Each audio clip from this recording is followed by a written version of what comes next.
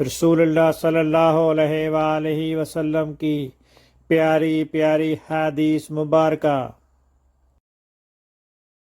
Make sure you like and subscribe to my channel for more hadiths.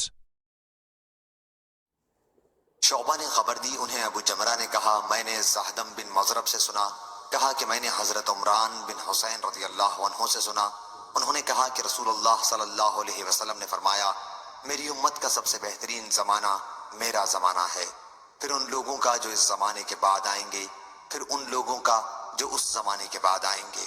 حضرت عمران رضی اللہ عنہ کہتے ہیں کہ مجھے یاد نہیں کہ حضرت صلی اللہ علیہ وسلم نے اپنے دور کے بعد 2 زمانوں کا ذکر کیا یا 3 کا۔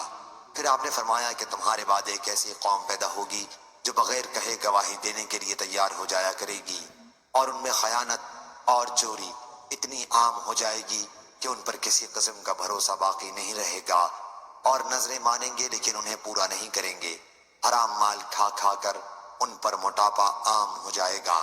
صحیح بخاری حدیث نمبر 3650۔